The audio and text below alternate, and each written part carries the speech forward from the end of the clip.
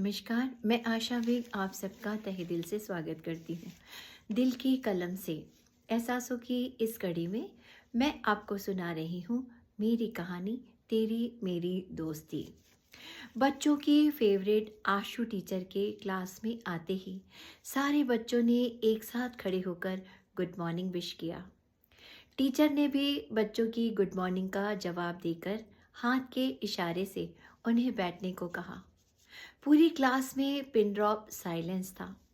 सब बच्चों पर एक सरसरी नज़र डालकर टीचर ने अटेंडेंस लेनी शुरू की। अटेंडेंस लेने के बाद उन्होंने बच्चों से कहा, I have a surprise for you. Surprise! पूरी क्लास में एक जोर का शोर गूंजा।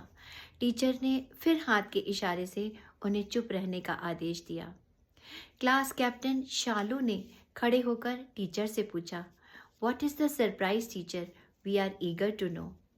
टीचर ने शालू को बैठने को कहा और बच्चों को बताया, सरप्राइज ये है कि हम सब पिकनिक मनाने जा रहे हैं। पूरी क्लास में बच्चों का शोर गूंजने लगा। खुशी से नाचने लगे बच्चे। टीचर ने जोर से डस्टर टेबल पर ठोककर क्लास को शांत कराया और कहा, पिकनिक ज्वाइन करने के लिए हर बच्चे को 100 रुपये जमा करने हैं। जो बच्चे पैसा जमा करेंगे वही पिकनिक में जा सकते हैं। टीचर की बात सुनकर बच्चे आपस में बात करने लगे। यश ने कहा, मेरे पापा 100 रुपये दे देंगे। वीर ने कहा, मेरे पापा भी दे देंगे। अरे, मेरी मम्मी तो मुझसे इतना ज़्यादा प्यार करती है कि 100 से ज़्यादा भी होता तो मम्मी दे देती, बंटी ने बड़ी शान से कहा। तभी उसकी नज़र अपने सबसे प्यारे दोस्त राजू पर पड़ी, जो बड़ी उदास नज़रों से सब बच्चों को हंसते और शोर मचाते हुए देख रहा था। बंटी ने राजू के पास जाकर पूछा, क्या हुआ राजू, तुम इतने उदास क्यों हो? अरे खुश हो जाओ, हम सब पिकनिक मनाने जा रहे हैं। खूब खेलेंगे, मस्ती करेंगे, नाचेंगे, गाएंगे। अरे, मेरे पास बहुत सारे गेम्स हैं, मैं सब लेकर आऊँगा, हम सब मिलकर खेलेंगे। पर मैं नहीं जा सकता बंटी, राजू ने उदास होकर कहा।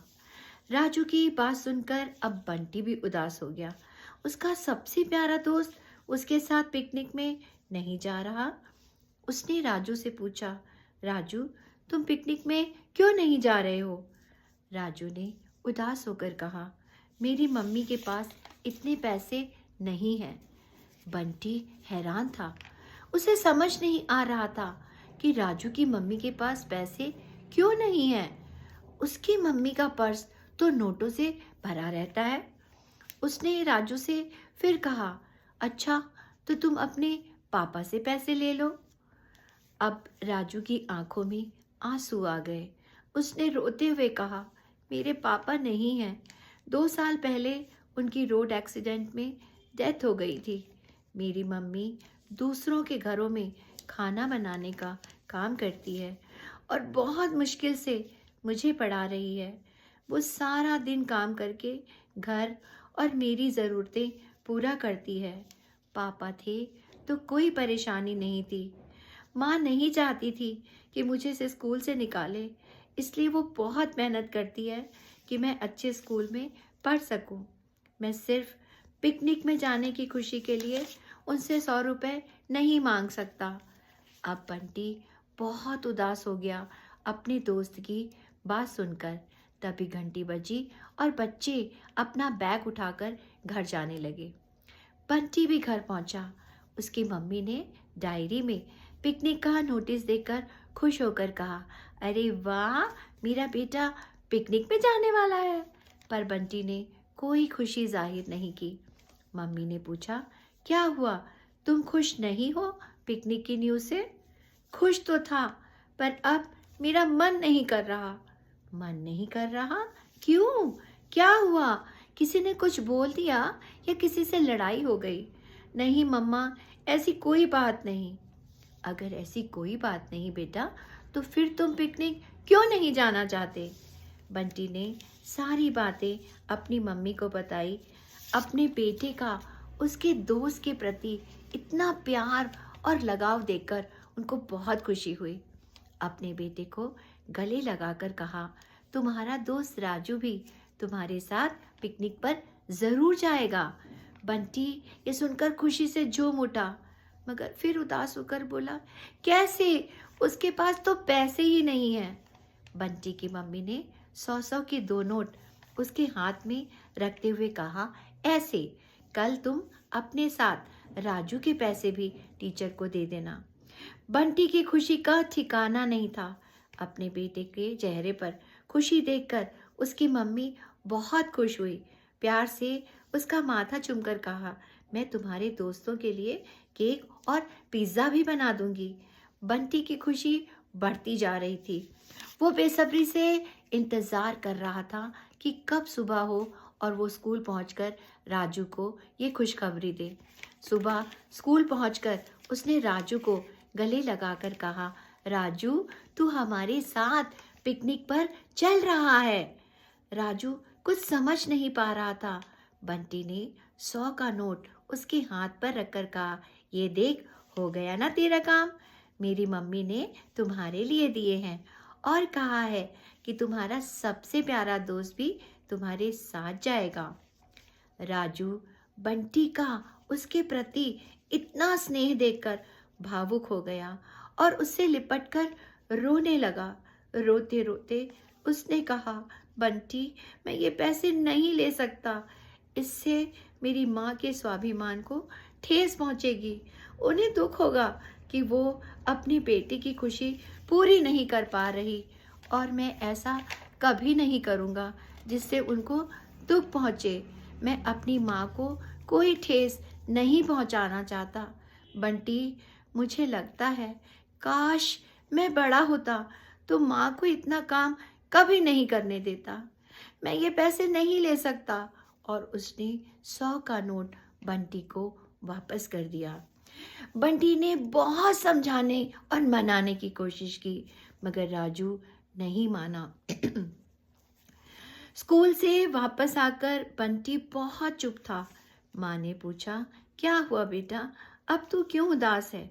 बंटी ने सारी बातें बताई जो उसके और राजू के बीच स्कूल में हुई थी। बंटी की मम्मी के चेहरे पर एक बहुत प्यारी मुस्कुराहट थी। उनका बेटा अपने दोस्त के लिए कितना प्यार दिल में रखता है और इस बात का भी फक्र था कि उसका दोस्त कितने अच्छे संस्कारों और सोच के साथ बड़ा हो रहा है।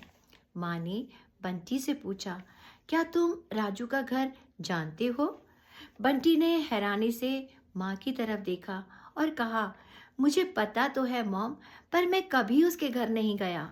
माँ ने कहा, तुम कपड़े बदलकर पहले कुछ खा लो, फिर हम राजू के घर उसकी मम्मी से मिलने जाएंगे। बंटी और उसकी मम्मी दोनों जब राजू के घर पहुंचे तो सादे सूती कपड़ों में लिपटी राजू की माँ हैरान हो गई उनको अपने घर में देखकर।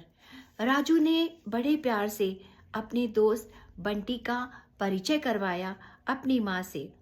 बहुत प्यार से हाथ जोड़कर उसकी मम्मी ने दोनों को अंदर बुलाया और बिठाकर कहा, राजू हमेशा बंटी की ही बात करता है। बंटी की मम्मी ने राजू की मम्मी को पिकनिक की सारी कहानी सुनाई। राजू की मम्मी की आंखों से आंसू छलक पड़े। अपने बेटे को गले लगाकर कहा, मुझे पता नहीं था कि मेरा बेटा इतनी कम उम्र में इतना समझदार हो गया है। मेरा बेटा पिकनिक में ज़रूर जाएगा और मैं आपके 100 रुपये भी ज़रूर लूँगी, मगर मेरी एक शर्त है। शर्त? कैसी शर्त? बंटी की मम्मी ने हैरान होकर पूछा। राजू की मम्मी ने बंटी की मम्मी का हाथ पकड़कर कहा, मैं इन 100 रुपयों के बदले आपके घर आकर खाने नाश्ते की चीज़ें बनाकर दे दूँगी और उसके बदले आप मुझे ये पैसे दे दीजिएगा। अरे वाह, ये तो बहुत ही अच्छी बात है। अब तो बिल्कुल ऐसा ही होगा। मैं आपकी खुददारी को सलाम करती हूँ। बंटी की मम्मी ने हाथ जोड़कर कहा। राजू की मम्मी ने बड़े प्यार से कहा, इस बात के लिए तो चाय बनती ही है। बंटी की मम्मी ने हंसते हुए कहा, बिल्कुल, आप चाहें तो पकौड़े भी खिला सकती हैं। दोनों खिलखिलाकर हंस पड़े। बंटी और राजू दोनों बहुत खुश थे। पिकनिक जाने का प्रोग्राम पक्का जो हो गया था। बहुत जल्द आपसे फिर मुलाकात होगी। तब तक के लिए नमस्कार।